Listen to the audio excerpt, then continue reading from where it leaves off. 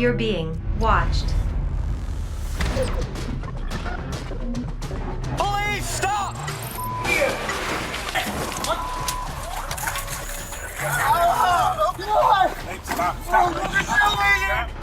That guy's coming in with something. Get the out. You! This is the police department. Hit him. Get on the bridge! Stop! Get car! Hosted by Sean Sticks Larkin. You know you're on camera, right? Welcome to Crime Cam 24/7. The FBI ranks restaurants as one of the top 10 most common settings for violent crime in the U.S. Fast food chains rarely have any formal security presence on site, and that makes them an attractive target for low-level criminals looking for a quick score. Unless, of course, they pick the wrong restaurant on the wrong night.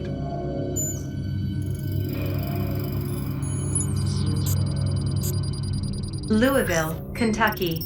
Saturday, February 15th, 2020, 10:02 p.m. Newlyweds Nicole and Chase McCowan are out enjoying their date night as the sole patrons of their favorite restaurant. Suddenly, this masked man enters. He heads straight for the cash register, gesturing wildly with his hands. Then, he pulls out a handgun. The woman in blue fearfully backs away as the assailant appears to direct his commands at a different employee behind the register. This partition is between the McCowans and the interaction at the front of the restaurant. Initially, both parties are unaware of each other. The masked gunman starts to become impatient, pointing at the register, and we see the open hands of the nervous cashier struggling to follow his commands. Under a tremendous amount of pressure, the cashier tries to work the register as the gunman grows even more agitated, cocking his gun to show how serious he is. The cashier can't seem to think straight and fumbles with the register while the gunman keeps barking orders. In the meantime, the commotion attracts the attention of the McCowans in the back. They appear to be talking about what to do before pulling out their revolvers and identifying themselves as police officers.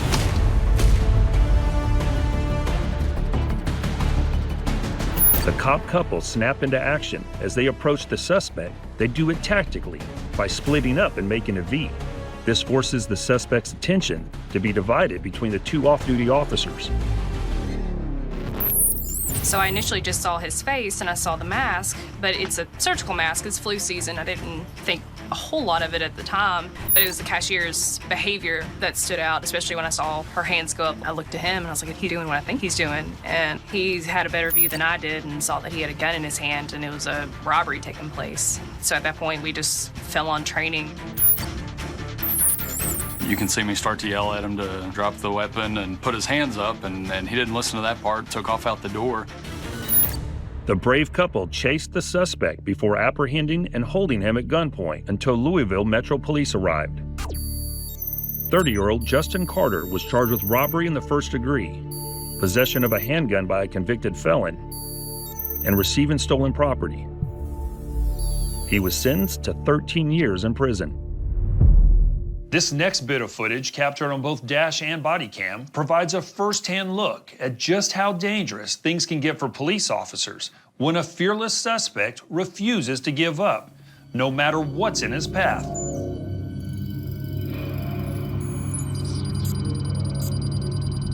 Southfield, Michigan. Saturday, February 19th, 2022, 4:30 p.m.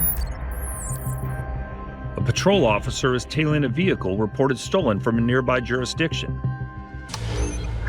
When the driver pulls into a carport at an apartment complex, the officer tries to box the car in. But the suspect peels out of the parking lot. The patrol officer rams the back of the car. 10-5 contact made. They're fleeing. In an effort to stop this chase before it starts, ripping the rear bumper off and causing the stolen car to slide 180 degrees on the slippery roadway. Contact made. Fleeing. Westbound direction. The driver of the stolen car guns it and swings around the carports. The suspect is now out on the open road, but attempts to lose the police with a quick turn. But he loses control of the vehicle and gets stuck in a snowbank. The officer attempts another pit maneuver.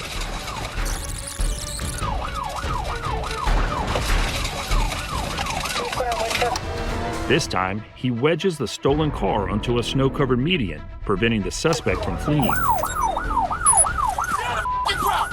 of the ground! Don't you move! Don't you move!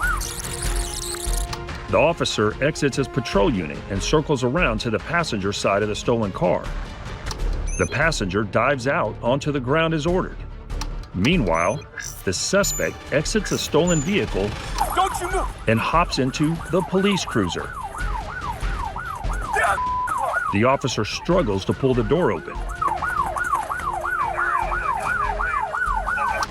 The officer pulls a window punch from his duty belt and breaks the glass on the driver's side window of the patrol car. As the patrolman struggles to detain the suspect, the car thief manages to put the patrol car in drive. Don't you do it! I'm getting up! Don't you do it! Get out of the car! The suspect floors it, gets around the stolen vehicle, and takes off. As seen through the window of the stolen unit, this resident, caught in the middle of a dangerous police chase, quickly pulls back into the driveway, narrowly avoiding being T-boned by the reckless car thief. The stolen police car reaches speeds of 50 miles an hour in a residential zone, ignoring stop signs and weaving through traffic.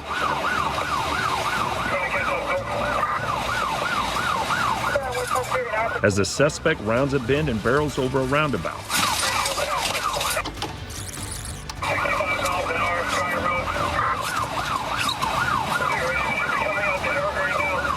When the suspect approaches an intersection at the end of this residential street, there is a patrol unit waiting for him, willing to do anything to bring an end to the chase.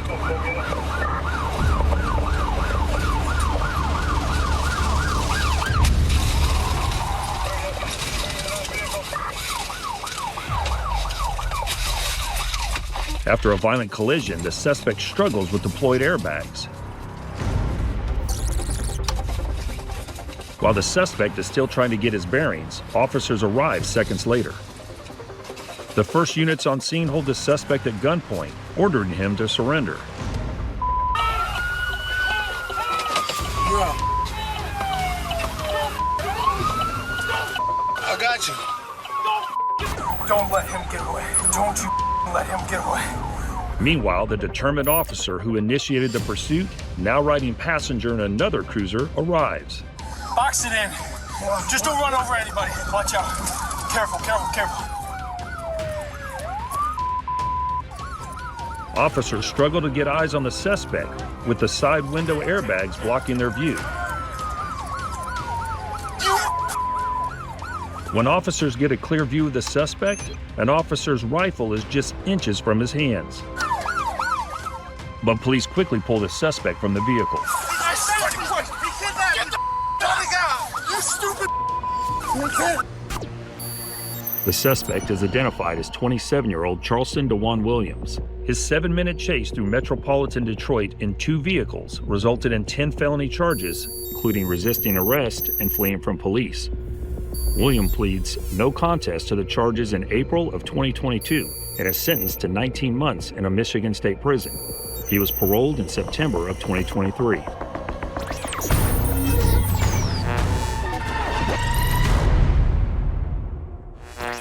Prepare for more feeds. The violent crime rate in St. Louis is 4 times higher than the national average and rising. Today, residents there have a 1 in 67 chance of becoming a victim of a violent crime. But at least one resident of St. Louis doesn't seem scared by those stats, or anything else for that matter, as you're about to see.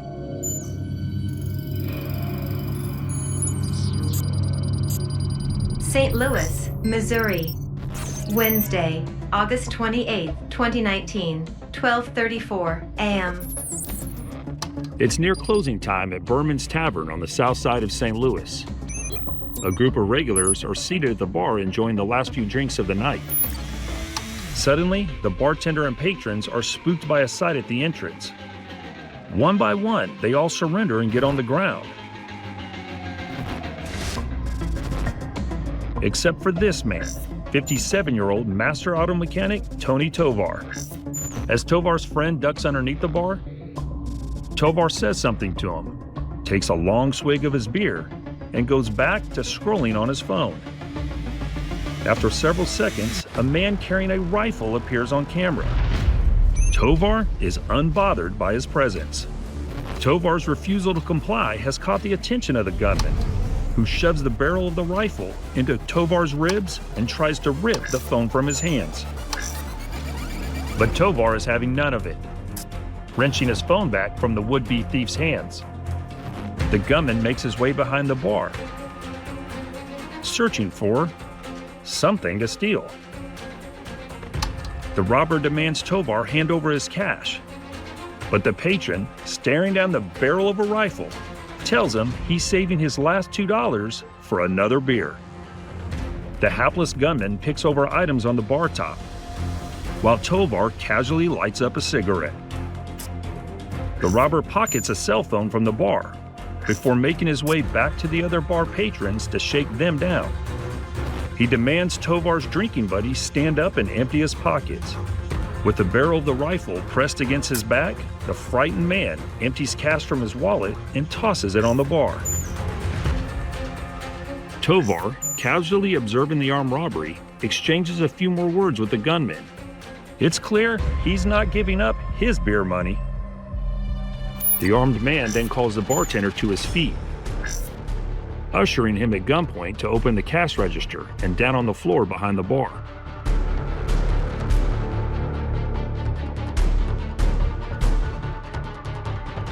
Making the most of a low-score robbery, the gunman even demands the bartender bag up all the coins.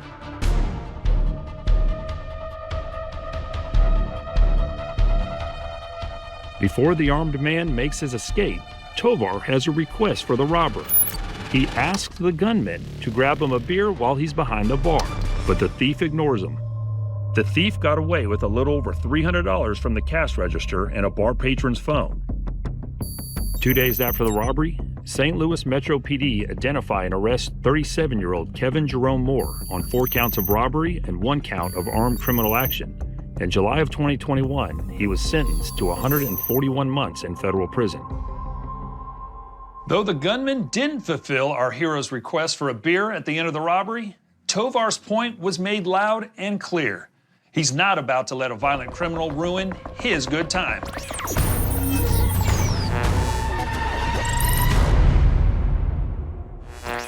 Prepare for more feeds. Next up, road rage. In a recent survey, 92% of drivers report witnessing aggressive driving. The most common behaviors reported include horn honking and reckless lane changes. Not bad compared to the driver you're about to see, who puts men, women, children, and absolutely everything else in his path in grave danger.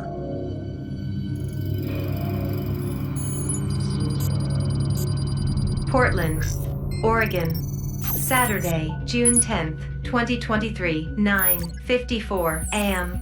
The driver of this pickup truck is 42-year-old Sidney Meacham. Stuck in traffic on the freeway and late for a meeting, he's not happy with road closures for a local parade. They got it all blocked off. The Lloyd Center exit, the Convention Center exit, every motherfucking exit. You motherfuckers! Meacham shares his frustration with the Department of Transportation crew on the side of the highway.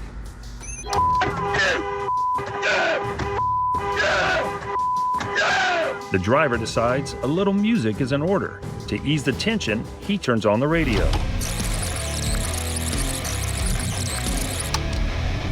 A moment later, Meacham puts the pedal to the metal as he approaches a blocked freeway exit. This enraged driver shows no regard for the safety of road crews blocking the exit that leads to the route of Portland's annual Grand Floral Parade.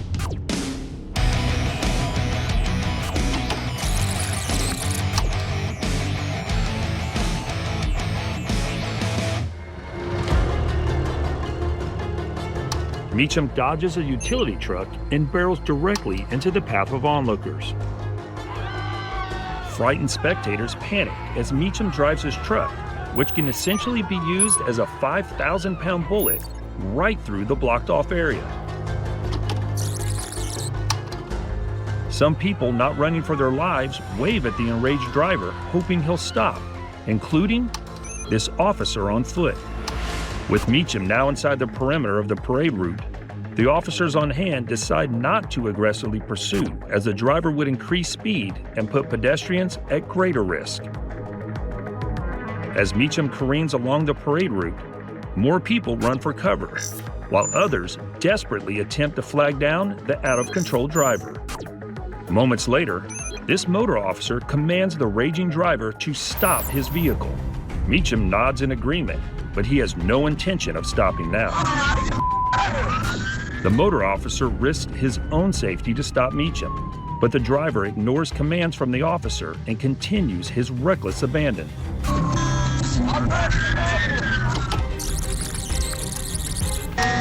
trying to get out! Meacham avoids the pursuing motor by plowing through barricades, then onto a side street, nearly clipping a parade worker. With the pedestrian traffic behind him, Meacham takes a long drag off of his vape pen to calm his nerves.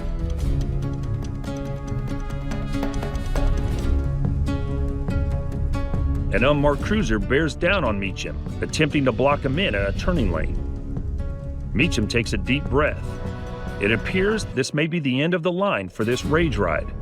But just as the motor officer behind him dismounts to conduct a traffic stop, Meacham zips away.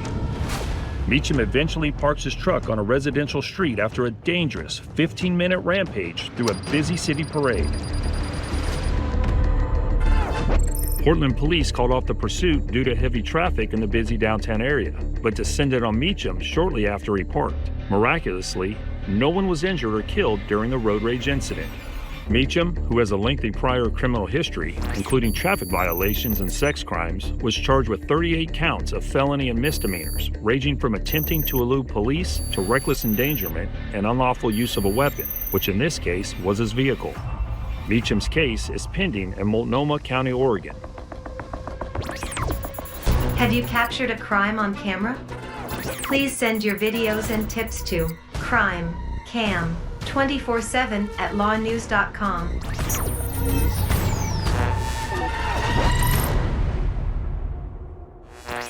Prepare for next feed.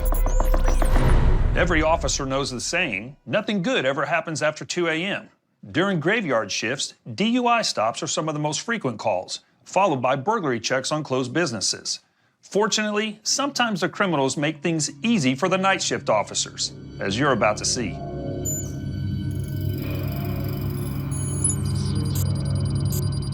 Huron, Ohio. Wednesday, July 26, 2023, 2:20 a.m. This Huron officer on foot is outside a local credit union investigating an alarm reported to dispatch. As the officer reaches the drive-thru at the rear of the building, a strange sound can be heard. It appears to be coming from the overhang above the drive-thru teller window. 995, come over to the drive-thru. The officer takes a look around the building, surveying for any activity on the perimeter.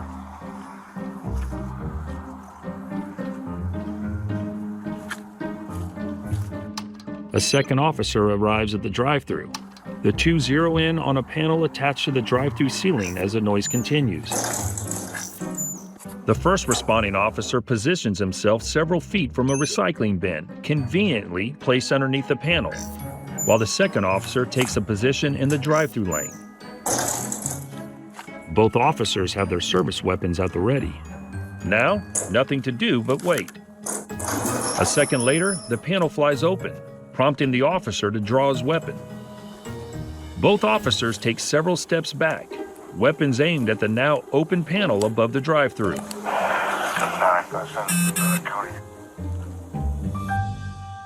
Whoever or whatever is up there appears to only have one way out.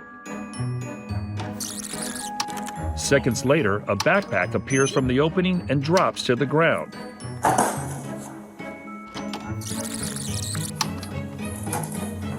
And a pair of legs dangle out of the opening. The police have the element of surprise on their side and close in on the descending burglar.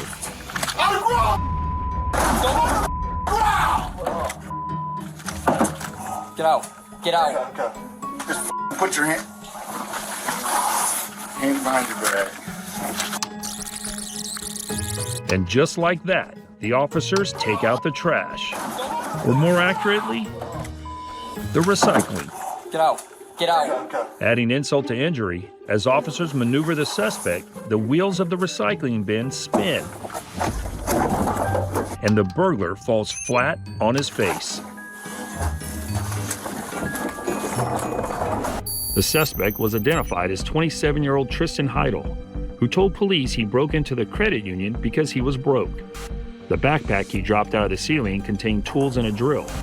Heidel is charged with breaking and entering, possession of criminal tools, and safecracking. As of November 2023, Heidel's case is pending trial in Huron County, Ohio. His case is still pending, and you can take it to the bank. It doesn't look good for him. That's all for this edition of Crime Cam 24/7. I'm Sean Sticks Larkin. Thanks for watching.